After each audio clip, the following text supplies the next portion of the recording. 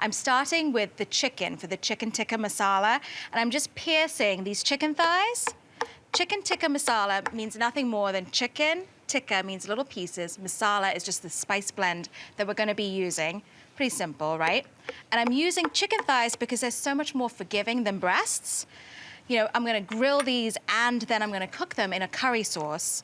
So I don't want them to dry out. I'm gonna make a very simple yogurt marinade. So I'm using just some plain whole milk yogurt. I'm using whole milk because I think it holds on just a little bit better than the non-fat, but if you're watching what you eat, use the non-fat, it's just fine. So about a cup's worth. And then I'm using this ginger garlic paste.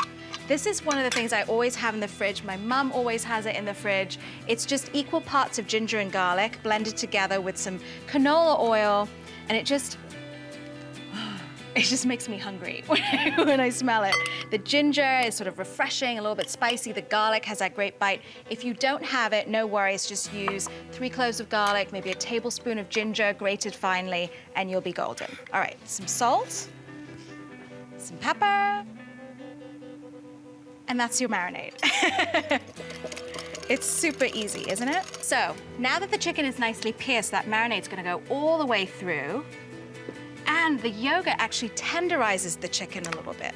It's doing a couple things at once. I'm gonna give this a toss, and I'm gonna let it just sit on the back counter there at room temperature while I finish my sauce. You could also make this, cover it with plastic, and let it marinate overnight in the fridge. It's great. The sauce. So I'm just gonna preheat this pan, and I'm gonna use a little bit of olive oil for that great flavor, which, you know, we don't actually use a lot of olive oil in Indian food. I just think it's so delicious, though.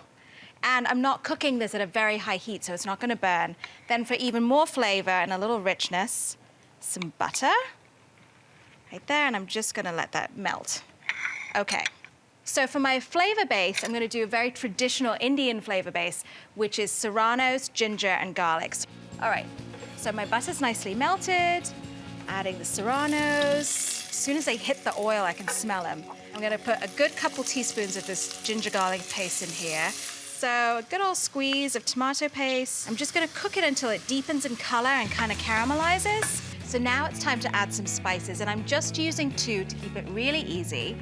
I'm using 2 teaspoons of paprika, mostly for color, but it has a nice earthiness to it that I love. Then I'm gonna add half a teaspoon of Garam Masala. It's a little bit of a cheat. It has a ton of different spices in here. Cinnamon and cloves, cumin and coriander in there too. Great way to sneak some Indian flavor into whatever you're making. This is the bulk of your sauce. These gorgeous, gorgeous tomatoes. I'm using the Roma kind. You can also use a can of tomatoes if you don't have good fresh ones. They look great. So that's the masala part of the chicken tikka masala. But what about the chicken, you ask? Here it is. So it's been marinating in yogurt, ginger, and garlic, a little salt and pepper, and I'm gonna treat it to a good grilling. Okay, so I'm just gonna check on them periodically, see if it's good and charred on the one side, and then flip it over. I'm gonna add just a touch of water here. The tomatoes are really gonna break down. I'm gonna turn this up a little because I wanna bring it to a boil and then simmer for about 20 minutes. Time to put the chicken in. This comes together so quickly. I love, love, love this dish. So the chicken was marinated in yogurt, ginger, and garlic, a little salt and pepper, and then I charred it on this grill pan to give it a little extra flavor and great texture. As my final little flavoring touch, I'm gonna use some dried fenugreek leaves. In Hindi, we call it methi. We use these a lot in Indian cooking. Has a great, really, really pungent aroma, almost maple-like. So if you can't find these, then try a little maple syrup. That's great.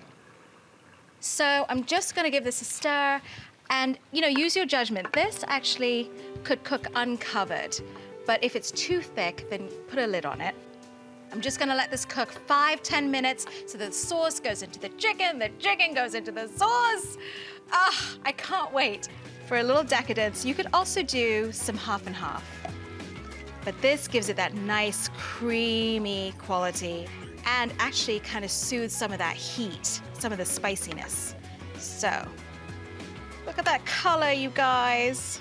It looks so good.